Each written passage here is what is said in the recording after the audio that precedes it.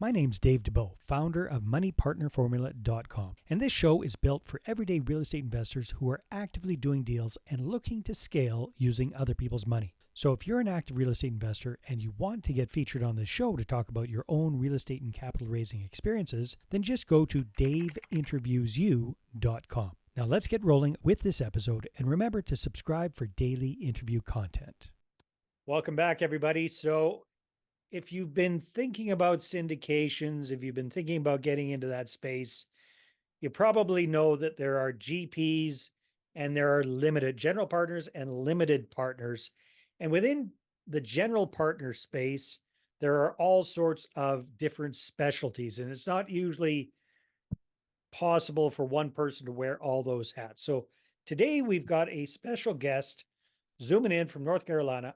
We've got Joao Macavilca, who brings to the table a very, very special set of skills.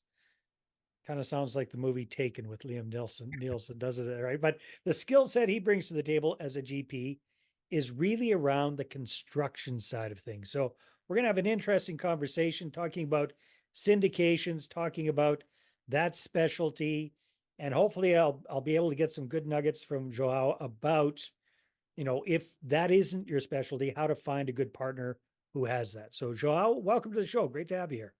Thanks, man. I really appreciate being here. Just here to help out any way I can. So I'm excited. I'm excited too. All right. So first of all, what happened? How did you get into this whole wild and crazy world of real estate in the first place? And then how did you go from construction to being a general partner? So I started kind of like every other investor with a single family, a duplex, and the smaller families working my way up.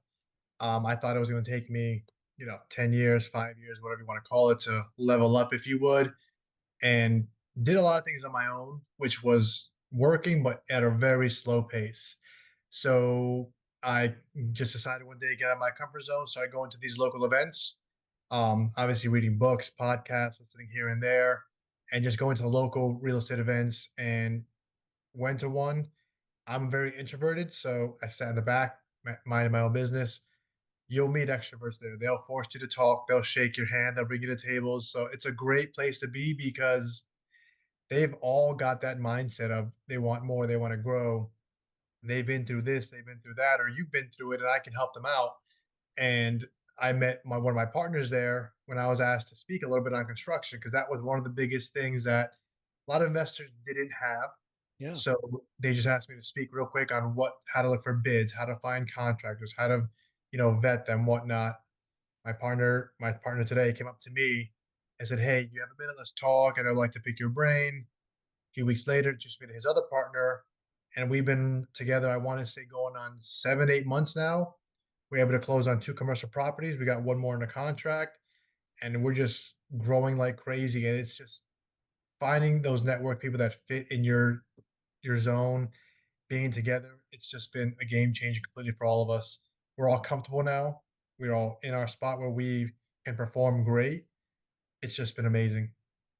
Well, you're sounding pretty confident for an introvert here on the podcast. So good job getting out of that comfort zone.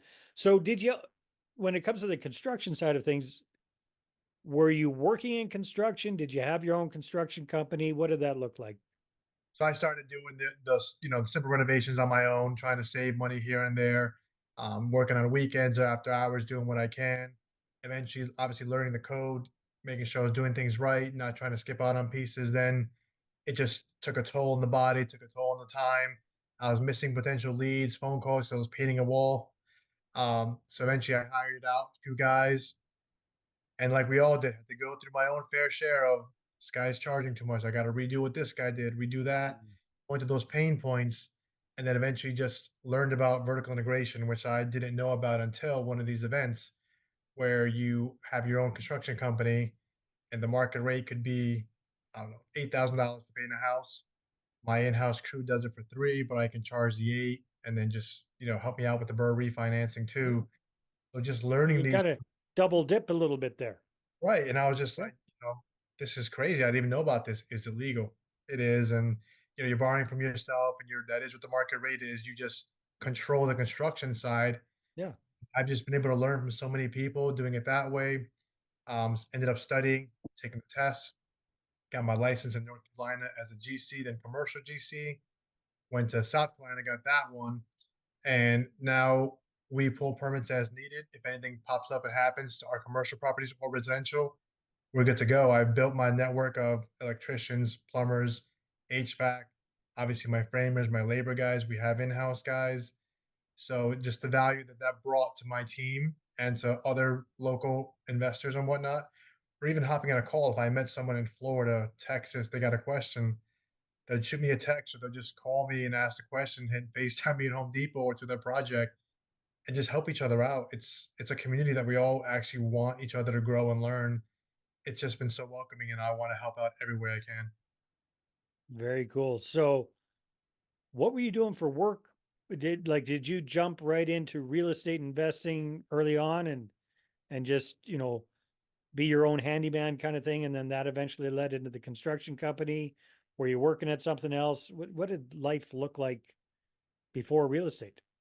So it was just regular 9 to 5 job, working in pharmacy operations, kind of working my way up that ladder and building my name up, which took 17, 18 years to build my way up to a really good position. Obviously, the pay was decent in my mind at that point, but after you do your first flip or your first refinance and Bird, you see that check. It's just like, you know, the harder I work, the more I make versus I can slack off, do nothing, or I can be the best, but my paycheck is the same amount every Yeah. 2 weeks. And that was just an eye opener of So you started buying properties on the side while working at the job, and then also working the weekends and all that stuff to after hours fix every them day. up. Got it. Exactly. Got it. And you see those paychecks, it was just like, why are we not all doing this? So it was an eye opener for sure. Okay, so you've been partnered up with these guys for the last 8 months or so at the time that we're recording this. So what does, like, when you guys are doing a syndication, you're one of the GPs, you kind of got your own company that you're involved in. Who are your other partners and what responsibilities, like not necessarily names, but what different pieces of the puzzle do they fit in? Oh, we can do names. They love all this stuff. They're more Okay. expert. Cole Farrell, awesome guy. Met him. He had a wedding recently. Happy for him. He does the underwriting, broker relationships. So he makes sure the deal makes sense. He'll scrub it before it even gets to us. Make sure there's profit there to be made. Gets all the numbers, the T12 rent rolls, everything, pro formas, and then also creates the decks and whatnot. Nate Farmer Eden. He does our capital raising. He runs asset management. So he can do a cartwheel into any room and speak to every single person and make them feel like $1 million. And he's the one that'll grab me and pull me. Hey, this is Joe. You got to talk to him and start top. He can get it going no matter what. He's awesome. I obviously do all the construction, things like that, bring it in house. So these guys are just, why can't we do this? Like, can we do this? 100% we can. Is it in the budget? That's the thing. Can we move this outlet? Sure. It's not going to be cheap, but Yeah. it can be done. So we all keep each other in line of here's why we can't do this, here's why we can, here's what we need. It's just been great because we all have our specialties and niches that we kind of stick to, but we also share it with the other group and why we can't do it, why we can't do this, or instead of doing that, let's do it this way. It's been just a game changer. We bought our first commercial property in Kernersville, 12 unit. Of course, we closed on a Monday, and then Tuesday there's a burst pipe for the whole building, and it's just like Jesus. And Like, guess who has to deal with that? That's right, your job. exactly. That's your So job. we get the bids back. I think it was 16,000, 18,000, and I'm just like, no. They're like, okay, well, let's go with the lower one. It's no, let's look at it. Let's run this list. I was like, okay, we're not paying this. Called the guy up, said, why are you doing 2, 4, 5, and 6? We don't need that. Oh, you got this. No, you don't. You don't have to do that. I can go do that. You We're gonna call do one Paul. and six. Yeah, Yeah. we ended up paying, I think, $5,200 all in and got it done within 2 days, 3 days, whatever it took. No issues going forward.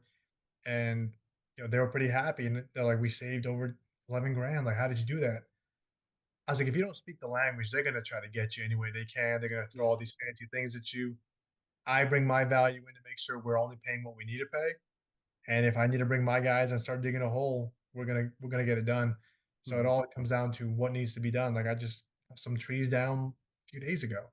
Somebody came a bid, it was a couple thousand buy myself a brand new chainsaw, I'll do it myself, and Yeah, just exactly. we just got it done. Exactly.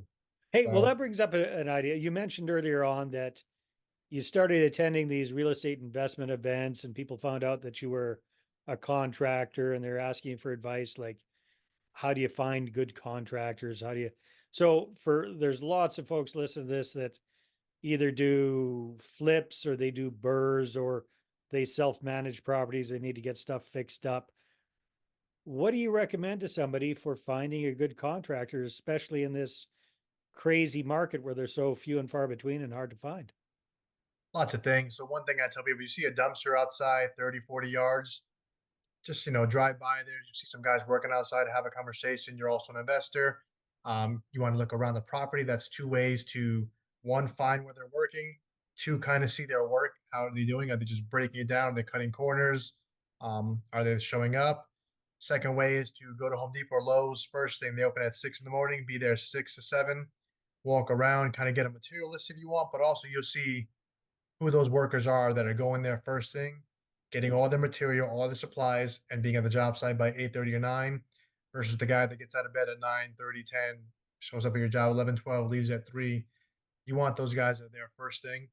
The crack of They dawn guys. Yeah. Yeah, they're there, they got it, and even talking to your Home Depot or Lowe's pro desk, I mean, they deal with these guys all day. They get them good pricing, discount, whatnot, or they see them all the time.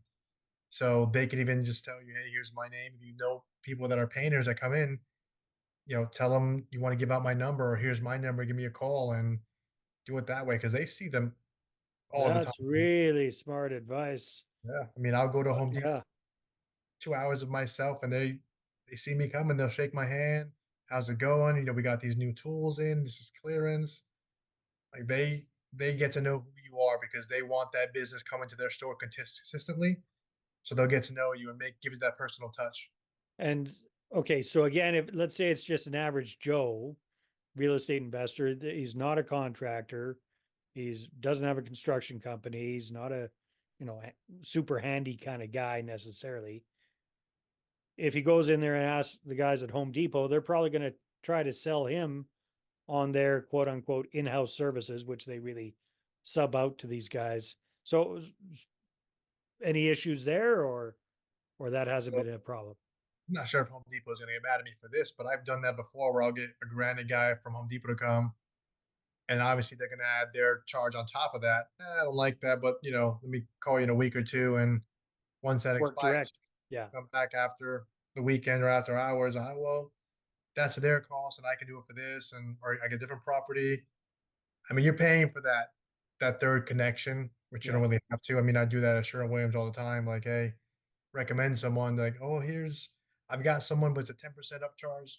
No, I just come check out the project, give me your direct sell, let's talk in person, and let's grow the relationship going forward. Yeah. Good. Makes Some sense. people may not We're like that.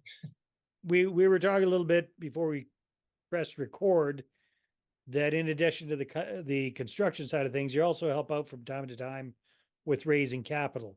So, what do you find works best for you, Joao, for raising private capital, bringing on limited partners, private lenders, that sort of thing?